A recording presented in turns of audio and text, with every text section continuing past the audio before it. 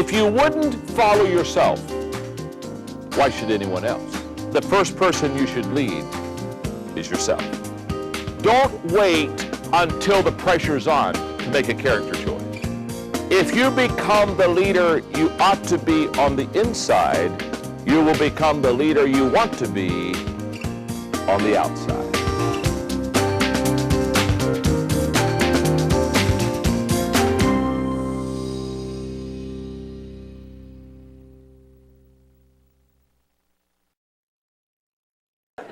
There are several qualities yet to learn, and quality number 9 is what I want to talk about now. Quality number 9 is generosity. I could speak all day on this area. Calvin Coolidge was so right when he said, "No person was ever honored for what he received. Honor has been the reward for what he gave." Recently, Margaret and I, my brother and sister-in-law, spent some time in the Greek islands and went up into Turkey. And one of my, well, probably my favorite place to stop of all of it was a place called Ephesus. Ephesus was one of the great cities of 2,000 years ago. When I say it was one of the great cities, at that city was one of the 7 great wonders of the world, one of the great old wonders of the world. And Ephesus, I mean, it's amazing. A third of the city now is uncovered, and you just walk down these streets, and you have around you, 2,500 years. And they're just unearthing more of it. A third of it's unearthed, and I can hardly wait to see it all when it's all done. But as we would go down the streets and the guide would talk to us about Ephesus, it was probably the most civilized city in the world at one time. 300 years before Christ, they had warm running water. They had learned how to let the water set in the sun and hold it there for a period of time before they would send it to the homes. And it was just an incredible experience. And so we went down this main avenue.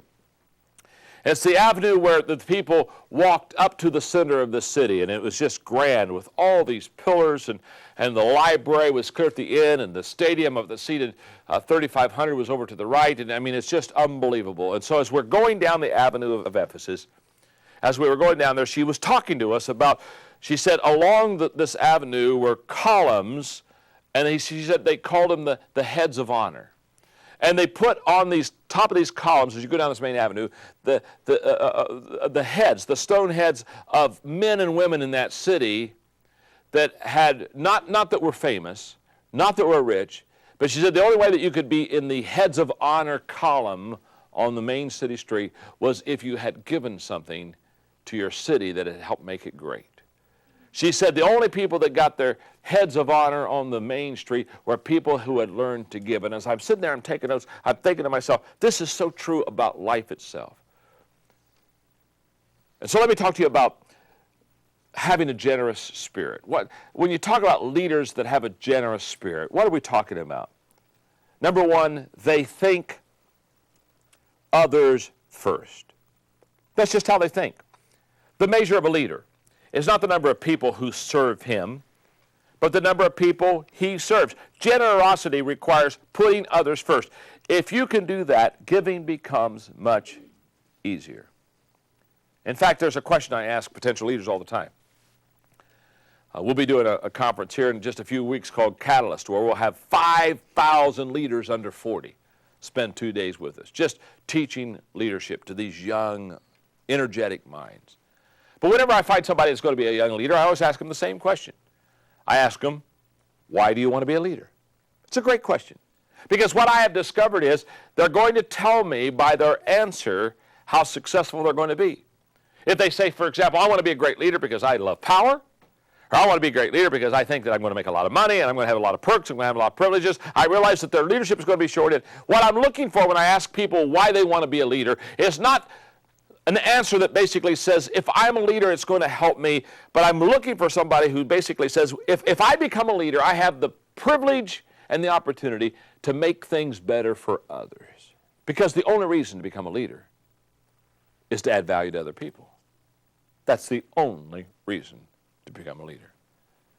And if you're leading for any other reason, Besides, I'm wanting to add value to people. I'm promising you're going to shortcut yourself. Your motives are going to be wrong, and you're not going to last very long. You certainly are not going to last over the long haul. In your notes, leading becomes an illegitimate exercise when leaders consider themselves and their interest over the people they lead. I happen to be privileged to have a nonprofit organization called Equip, which is responsible for right now in a 6-year period of time of raising up 1 million leaders internationally, finding them, training them, and resourcing them. It's an incredible experience. What I have discovered is as I go to developing country that the number one problem with leaders in developing countries is they always put themselves first.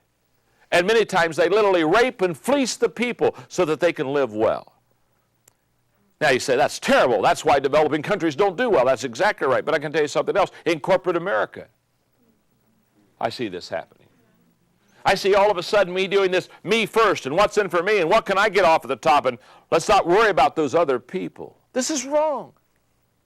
That's why I wrote the book, There's No Such Thing as Business Ethics, and based it on the Golden Rule, because if you live your life by the Golden Rule, you're not going to live this kind of life. Number 2, regard yourself as a resource for others. In other words, you have not lived today until you have done something for someone who can never repay you. A leader's abilities are on loan. In other words, they're given to you. And you are responsible to, in any way, pass those on to other people. When I was in the Philippines last year, and had an hour of private time with President Arroyo, a wonderful lady.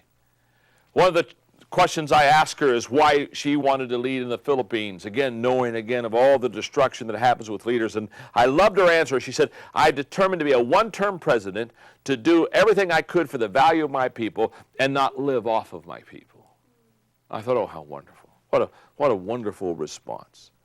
Number 3, in the area of generosity, regard your possessions as a resource for others. In other words, your possessions are not just a resource for yourself, but for others. Follow with me in your notes. According to my friend Earl Wilson, people can be divided into 3 groups: haves, have-nots, and have not paid for what they have. More and more people are becoming enslaved to the desire to acquire. Author Richard Foster writes, owning things is an obsession in our own culture. If we own it, we feel we can control it. If we can control it, we feel it will give us more pleasure. The idea is an illusion. E. Stanley Jones said, money is a wonderful servant, but a terrible master.